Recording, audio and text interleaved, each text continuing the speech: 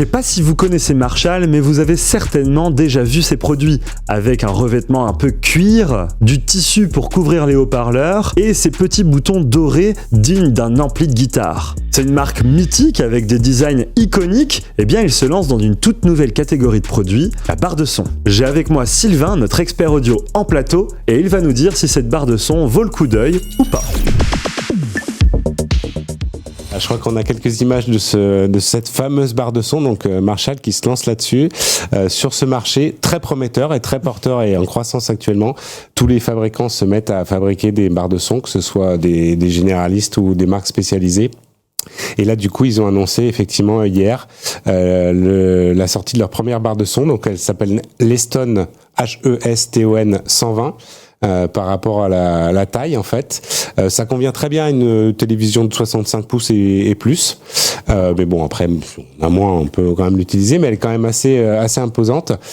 Donc on retrouve voilà ce design à la Marshall comme tu disais, avec du cuir un petit peu sur les côtés. Au niveau il est où là, je le vois pas, j'arrive pas. Là, sur le côté. Là, elle est devant en fait là voilà. Ah d'accord, là. Ouais, au premier plan. Les petites joues en cuir. Voilà, exactement. Okay, donc il y a cette petite touche simili cuir, hein, puisque ce n'est pas du vrai cuir, vous l'avez compris. Mais voilà, avec le logo aussi gros, imposant, etc. Voilà, elle est pas là pour se cacher en tous les cas. Ouais. Jusqu'à présent, on faisait des barres de son qui étaient plus c'était discret, mieux c'était. Style monolithique, la Bose ou éventuellement Samsung, voire même Sony, tout noir avec éventuellement quelques petites parties laquées. Mais là, voilà, on la montre. On a presque envie de la montrer comme une enceinte d'ailleurs Marshall, qu'elle soit petite ou relativement volumineuse. Et donc on retrouve sur le dessus les fameux potards, donc pour personnaliser le son finalement, sélectionner ses sources aussi et accéder directement à des presets puisqu'elle est Wi-Fi, donc on peut accéder directement à des chaînes ou des services de streaming. Pardon. Est-ce que tu as pu écouter son son?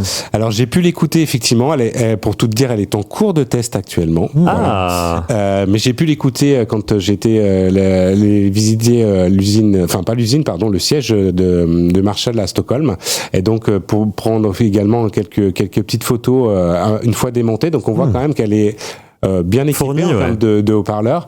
Donc il y a 11 haut-parleurs quand même, 4 passifs pour des basses.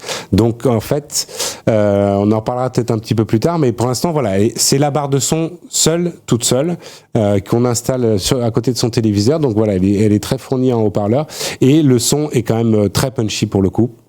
Et l'idée, puisque c'est Marshall, puisque c'est une marque audio pure, de faire finalement une barre de son qui sonne véritablement très bien pour la musique. Donc les amoureux de musique pourront aller voir ou au moins écouter et ensuite s'en satisfaire ou pas, mais écouter la barre de son Marshall par rapport à d'autres barres de son qui sont plus axées au cinéma, etc. Elle est quand même compatible Dolby Atmos, etc. Bien sûr, ouais, complètement. C'est la base aujourd'hui. Si t'es pas compatible Dolby Atmos, c'est terminé.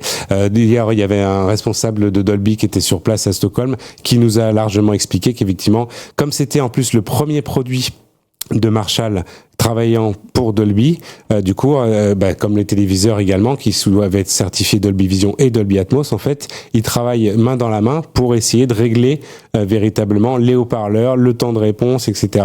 Et du coup, Marshall développe son petit truc dans son coin, l'envoie à Dolby Laboratories, qui renvoie avec une copie, ça c'est bon, ça c'est pas bon, ça c'est bon, ça c'est pas bon, il faut corriger un petit peu le tir, les gars. Ok, on retravaille dessus, et ensuite ça fait des allers-retours comme ça. Apparemment, ça a été assez rapide de trouver quand même des trucs assez satisfaisants, et donc du coup elle est labellisée Dolby Atmos évidemment. Elle a 2 prises HDMI, du RCA évidemment pour brancher potentiellement une source extérieure, microphone ou autre appareil, prise Ethernet, Bluetooth, une prise USB-C et une petite sortie pour un caisson de basse. Ah ouais, exactement. T'as pu tester avec un caisson de basse? Alors on l'a testé sans caisson de basse, toute seule. Mais l'idée en fait, il se murmure d'ailleurs c'est officiel, Marshall va nous sortir un caisson de basse qui ira bien avec, qui fonctionnera donc en filaire ou sans fil. D'ailleurs, et ils nous ont également dit un petit spoiler quand même que là, c'est une barre de son qui est quand même, je vous disais, qui fait 1m10 de large. Ah oui. Et il y en aura bientôt une petite sœur. Voilà. Donc, ça va être- D'accord. ça va être intéressant. J'aime bien Après, quand tu dis ça. là, moi, je me quand pose tu un dis peu ça. la question quand même d'un point de vue design. Effectivement, il y a un côté un peu glamour rococo, tu vois, avec ce côté noir et or, très Marshall. C'est assumé, hein. Ouais, Mais autant clairement. sur une petite enceinte Bluetooth, je me dis c'est marrant, ça fait mini ampli de guitare. Autant au pied de ma télé, j'ai du mal à voir une télé ou un meuble qui va être raccord avec cette Aucune. barre dont, Ah dont non. ça va être le seul emplacement. Donc autant j'aime bien enfin je comprends le succès du design Marshall sur des petits blocs rigolo, vraiment il y a un côté mini, voilà. Mais sur une barre d'enceinte sous une télé, je me dis ça va jamais être raccord avec rien en fait. Pas une télé sur pied, c'est une télé que t'accroches au mur, peut-être, tu sais, Ouais. 1 mètre au-dessus, tu vois, et la barre de son elle est sur mais c'est vrai Ouais. que t'as raison, c'est. Il y a quand même le côté Marshall doré et Très tout, marqué, qui quoi. fait Ouais. qui fait un peu bizarre dans le coin. Oui, de mais télé, d'un je autre sais pas. côté, Après, je pense j'imagine que c'est leur succès aussi, c'est ça. C'est Les gens viennent chercher ce design. C'est ça, C'est leur marque de exactement. fabrique C'est-à-dire design, que quoi. Si aujourd'hui on t'avait dit Marshall sort une barre de ouais. son et que tu te retrouvais avec un truc Oui, monolithique bah oui. noir ou blanc, même pour certains, ils en C'est font vrai. des blancs, C'est vrai. tu te dis ouais mais quand même, attendez, Marshall, vous avez quand même Autant acheter une voilà, autre marque, le design, ouais. tout l'éhritage de la marque qui a fait justement son succès. Là, du coup, vous nous sortez un truc noir Ouais. qui a pas d'âme, qui a rien du tout. Voilà. Moi, j'étais content justement de l'avoir quand ils nous l'ont véritablement dévoilé.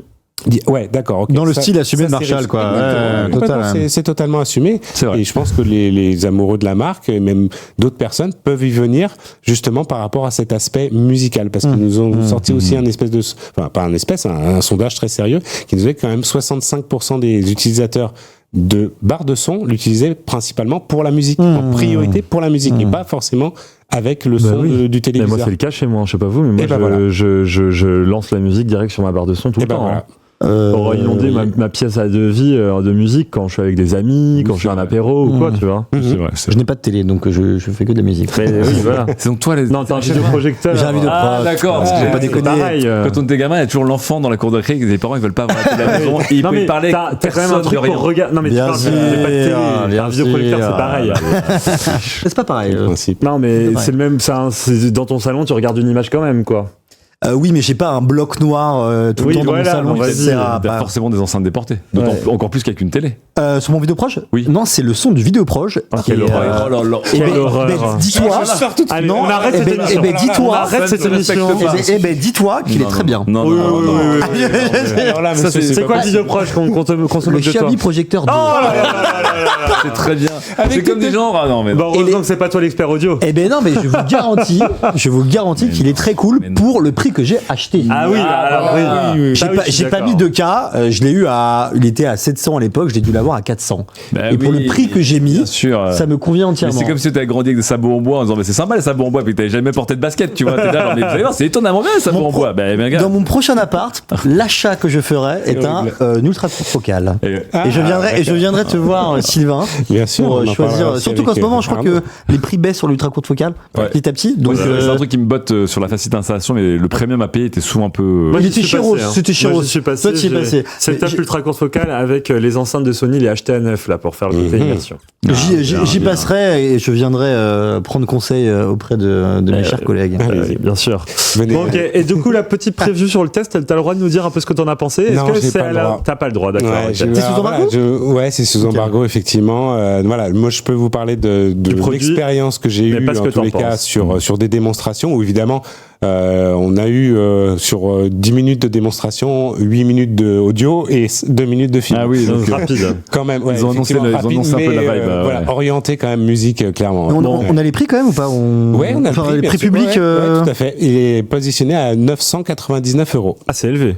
C'est élevé, c'est mais quoi? C'est il vient sans c'est caisson. Sonos, c'est Samsung et tout là. En plus, alors c'est les ténors. la concurrente directe, effectivement, c'est la Sonos Arc Ultra. Ouais. Parce que Ouais. là, il vient sans caisson de basse Et elle arrive sans caisson de basse et sans enceinte satellite à et l'arrière. sans enceinte satellite arrière. Ah, Ça ouais. commence à faire un petit ticket si tu vas avoir l'entrée plat dessert. Ouais. Ouais, tout à fait. La Sonos Arc Ultra, elle est toute seule, elle est à Oui, 1 oui, euro oui. aussi. Hein. Parce que chez Oui, Samsung, c'est ouais, vrai ouais. qu'ils vendent toujours tout en pack quasiment. Oui. Donc c'est une autre stratégie. Ouais.